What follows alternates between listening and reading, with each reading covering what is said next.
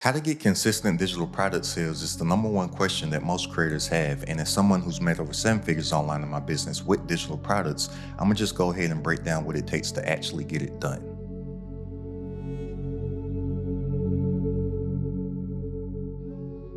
Look, there's only a few things that you actually need to be focused on in order to make some real life changing money online in your business. And most creators are just out here focused on all the wrong stuff. And it's only going to take me about 5 minutes to break down the few right things that you actually need to do and focus on. So if you don't have 5 minutes to spare, then most likely you'll just keep on doing the wrong things and have to produce more content, work harder, make more digital products, and you really won't ever see a change in your business because that's really not what it takes. So, look, let's get right into it. So, the first thing that you need to understand right out the gate is that you make money by making things that people want. And as simple as that sounds, so many people are not thinking of this at all. They're not thinking of what somebody else actually wants. All that they're thinking of is what they want to make, what they actually want. So, the foundation of business is simple. People are here, and then they want to get to here. And then everything here in the middle is the gap that we have to fill. That is the foundation of business. We solve problems, we bridge the gap, and that's how we get paid. So the only thing that people are going to buy is a solution to their problem, and all that they want is a result.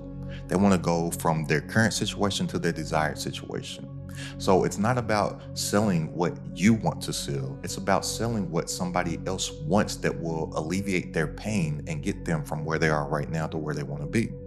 So it's basic, but most creators ignore this really, really basic thing, and it's just sitting there in plain sight each and every single day. People are hurting. People are struggling. People, they want help. They want guidance. They want assistance. They want tutelage. They're stuck of trying to figure all this stuff out on their own in whatever the niche is. So all that you have to do is isolate a problem in the marketplace and then come up with a solution to that problem. And then create the content that shows that you have the solution to that so you can become a trusted authority. And then somebody will tune into your content because the algorithm, it's especially on YouTube, it's interest based now. And when the trust economy and people buy things from people that they know, like, and trust. So once they see that you are consistently showing up as a trusted authority, it's just a matter of time before they tap in and buy whatever your offer is, right?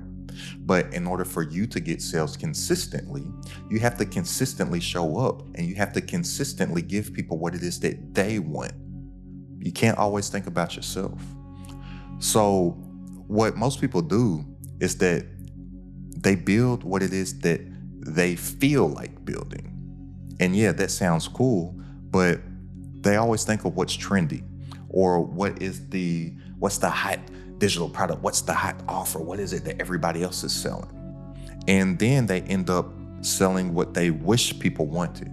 So many creators and entrepreneurs out there, they're continuously struggling because they think that they have something that they think that people need, and they're not taking any signs or cues from the market from what the people think that they actually want to need.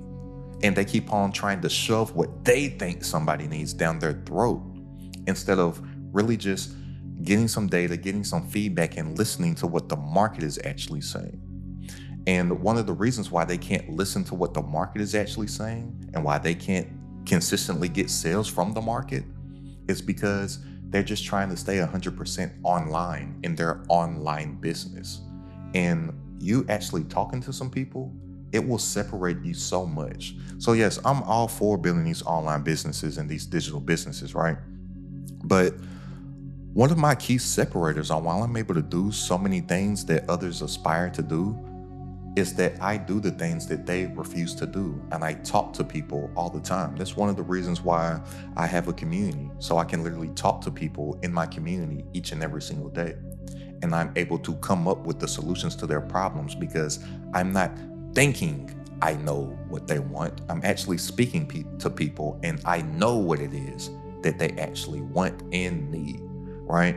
So this is a rule of thumb that will just set you apart online, just in the entirety of your business, of your career, of your life.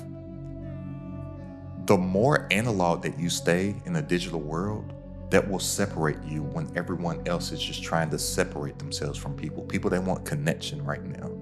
And once you understand that people want connection, then it becomes a lot easier to understand this side of it, of connecting people and closing that gap from where they are right now to where they want to be. But if you're only thinking about what it is that you think people want, what if there's no demand? Because you don't know, you don't have any proof of concept. So if there's no demand, there's no money, which means there's no audience, which means there's no leverage. But once you get this locked in, you realize that this is the market validation principle. This is how you actually do validate a market. You're going off of actual needs, not what you think and what you feel. And the worst business decision that you could ever make is going off of what you feel, because a feeling is just an emotion. You never want to make emotional decisions. So the next thing that you need to focus on is this. You need to understand that most people quit because they play short term. Nobody's thinking long term. They're only thinking, oh, I need to make some money right now. And then a lot of times people, they want to make some quick cash because they messed around and put themselves in a bad financial situation with that right now thinking. And they don't realize that if they thought a little long term, then they would plan and they would build differently. So how most people do is that they might start something, and typically most people, they just stop in a couple weeks or never even get started. I'm like, man, competition is really irrelevant, because nobody out here really takes anything serious and has the stick-to-itiveness to stick to any one thing and actually focus.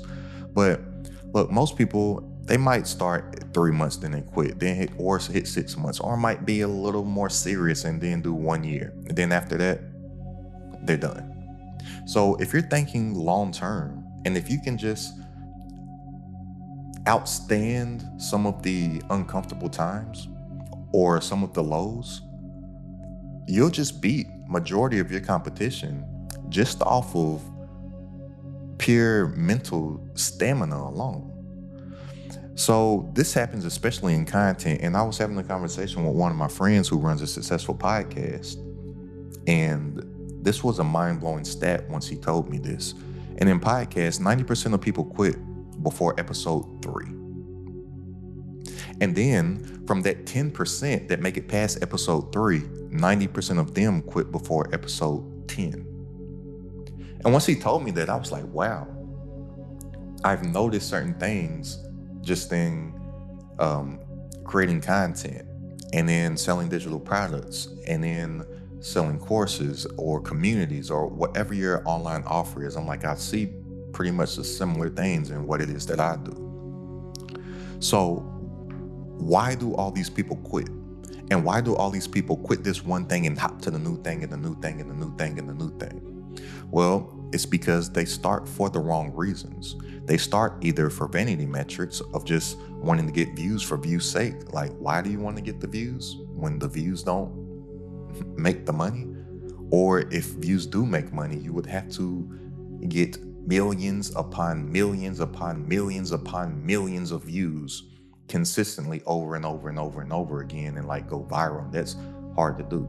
So for one, they're either just thinking of being a content creator and get views instead of being a contentpreneur and getting the right targeted views of people that would buy your offer, or they're thinking that they're an entrepreneur, or they're thinking that they're a contentpreneur, so they're thinking about the money. But when you're thinking about the money, you're not thinking about the people.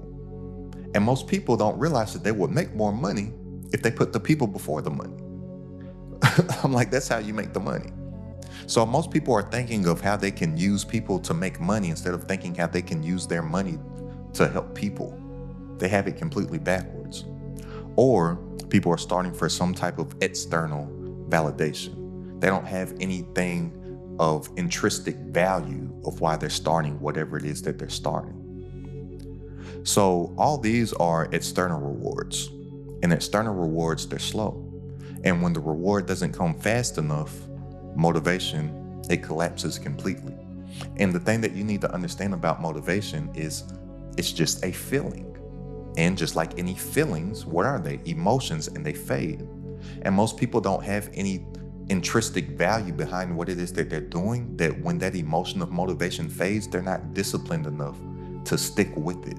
Therefore, they quit and then they hop on the next new fast way to make some money opportunity. But this exposes a psychological trap, because if your fuel source is external results, your consistency is always going to be fragile.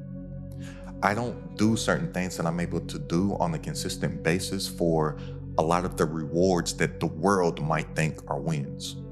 I have my own personal intrinsic things that I'm shooting for and I'm gunning for, and that's able to help me stick through things through the low points, stick through things through the valleys, stick through things through the depths of hell. I've felt some pain as an entrepreneur. That's why I make this content, because I don't want you to go through all the pains that I've gone through along my entrepreneurial journey. Now, yes, you are going to have some pains. Like, a lot of the stuff is unavoidable, but it's needed for you to become the person that's able to achieve the things that you want to achieve. The only thing that's stopping you right now is that you haven't become that person first. And a lot of those hard lessons are going to be needed for you to be able to become this successful entrepreneur, and not only become it, but sustain it, right? But the thing that a lot of people don't realize about success is that success typically has an exponential growth curve. So most people think that success looks like this, when in actuality, success looks like this. So typically when you start off something, here you have no knowledge of anything, and then you hear about an idea that sounds like, oh, it's something that you can do. You saw something on YouTube, you saw some ad, you saw some YouTube video, right? You're like, oh, I can do that. They made it sound so easy.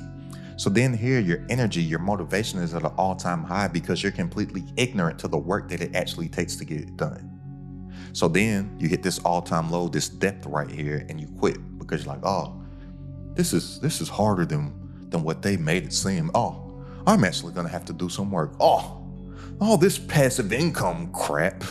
I hate that word, passive income. But all this passive income stuff that I see on the internet, it sounded so easy, but I'm actually gonna have to do some stuff.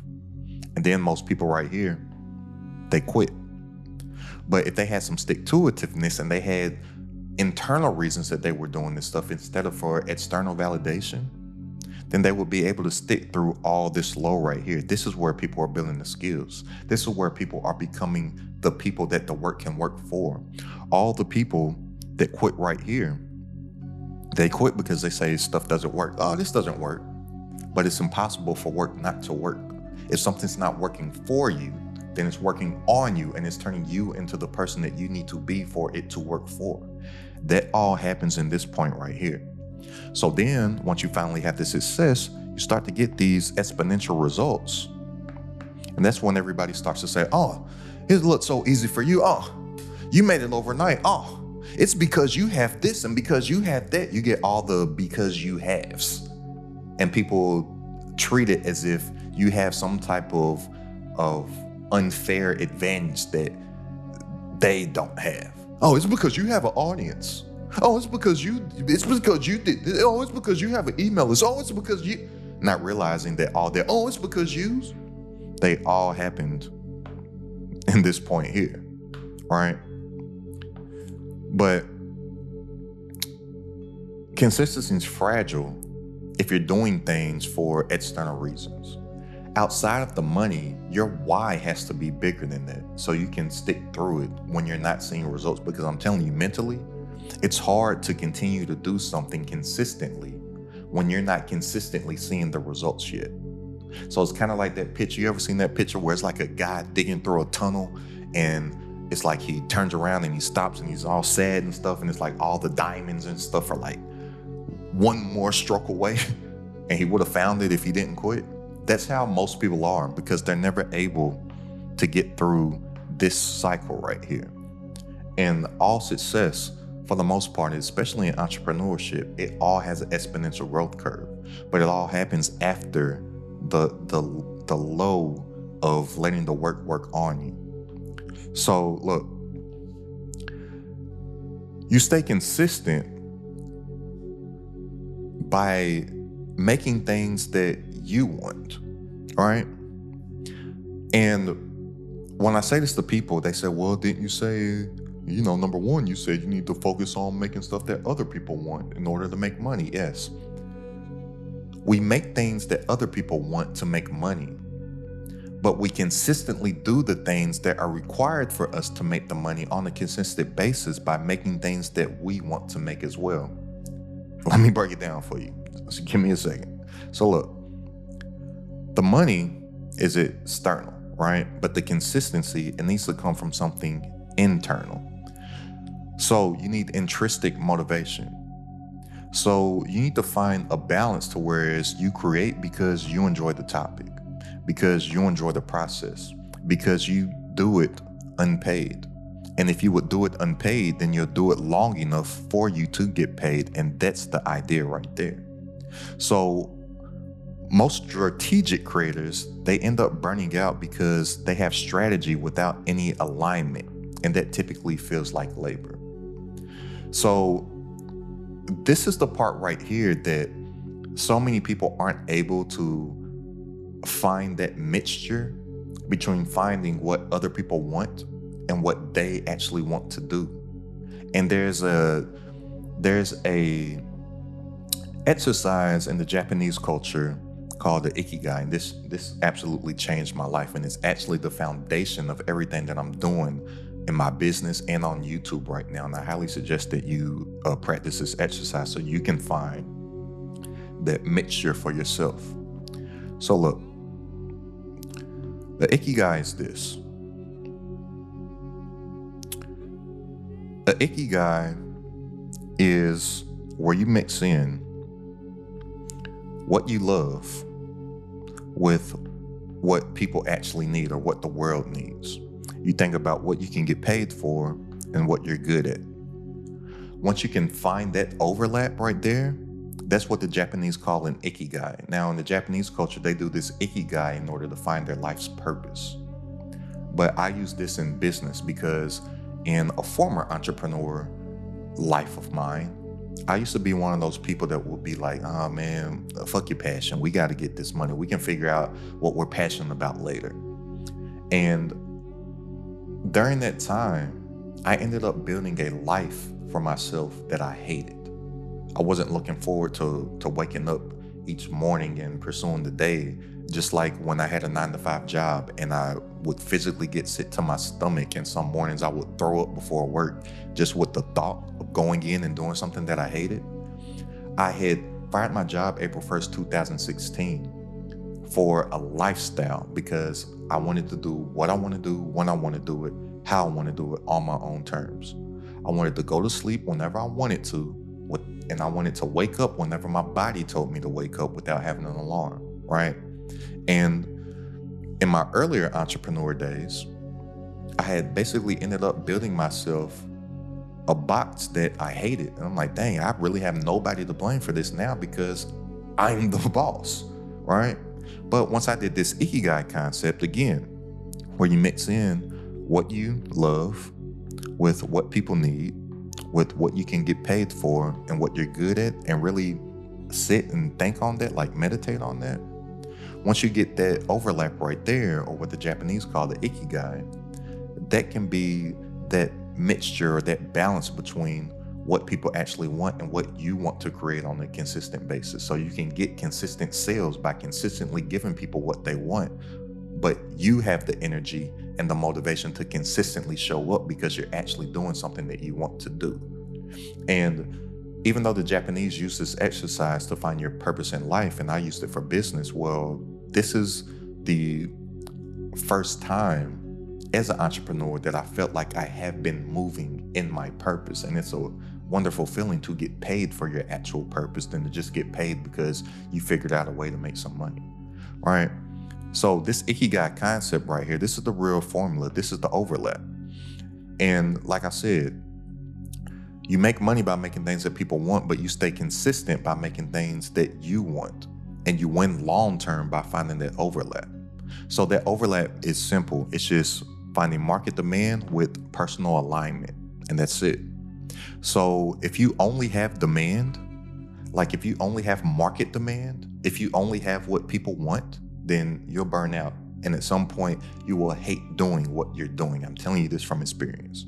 But if you only have passion, then you'll go broke. There's a lot of passionate people out here that have no money because there's no way to monetize their passion. I'm not going to say there's no way, because there's a way to monetize every passion. They haven't came up or thought of or looking for a way to monetize their passion. And there's a lot of starving artists out there. So, but this overlap or this Ikigai that I covered, that's sustainable. That can keep you in the game for the long run. And this is a long run, because the fifth thing is this: business, it's an infinite game. Like how people that work 9-to-5 jobs have these goals to retire. As an entrepreneur, there's really no retirement in it. You don't really hear entrepreneurs talking about how they just want to retire one day. This is something that you can actually be doing for the rest of your life. You could actually be doing something that you enjoy and something that you love and something that you get handsomely paid for every day for the rest of your life. And even if you did quit one day, you have to have that mind frame that you could possibly be doing this forever. So you have to think, what are your money goals? Right? Because most people, they're always thinking of something external and they're only thinking of the money. And then once they hit their money goals, they're thinking that they're just going to quit. And I know when I first started as an entrepreneur, I had the same thoughts.